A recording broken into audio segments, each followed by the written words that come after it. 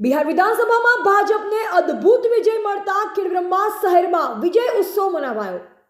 બિહાર વિધાનસભા ઇલેક્શનનું આજે રિઝલ્ટ આવતા ભાજપને અદ્ભુત વિજય મળતા ખેડબ્રહ્મા ભાજપ તાલુકા તથા શહેર સમિતિ દ્વારા સાંજે 4 વાગે શહેરના સરદાર ચોકમાં રાજ્યસભાના સાંસદ શ્રીમતી રમીલાબેન બારાની ઉપસ્થિતિમાં ભવ્ય આતશબાજી કરી સૌને મીઠાઈ ખવડાવવામાં આવી હતી।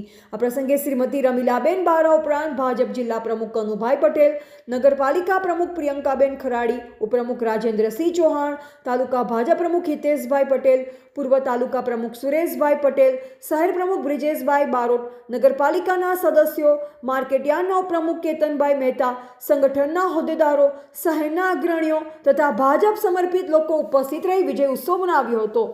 રિપોર્ટર જયેશ ઠાકોર સાથે શૈલેષ પટેલ, જિલ્લા બ્યુરો ચીફ, સાબરકાંઠા। આજ રોજ બિહારમાં એનડીએની ભવ્ય જીત બદલ આખા દેશમાં ભારતીય જનતા પાર્ટી અને એની સહયોગી પાર્ટીઓ ભવ્ય જશ્ન ઉજવી રહ્યા છે।